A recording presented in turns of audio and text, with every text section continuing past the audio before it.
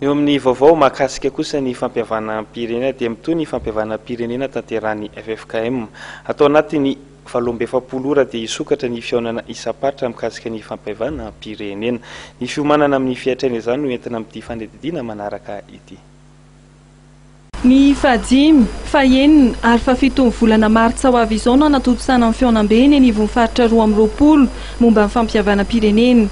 Fivoriana izay andraisan'ny tompona ndraiky mpanjakana, ny fiangonana, mpanao politika, fiarahamonim-pirenena anjara. Efa saika miomakomana avokoa amin'ny fiantraikana izany ny faritra.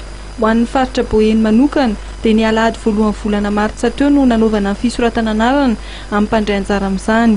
Nisy ny fitaovam-pivavahana notanterahana tao amin'ny fiangonana episkopaly malagasy Santa Luc ao Manga Mahajanga nentina nanamariana izany.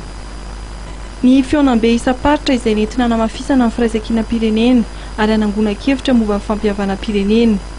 Ny mpikambana ao amin'ny komite teknika, ny FFKM ary ny solon-tena ny filoham-panjakana no irotsaka tsehatra hanao fanentanana mandritra ny 3 andro anatotosana amin'ny fihaonam-be paritra momba ny fampihavana-pirenena.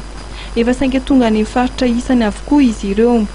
Ny fihaonam-be paritra izay mifotra ny foto-kevitra 4F dia mifekekeloka, fibebahana, famarinana, fihavanana izay voizin'ny FFKM.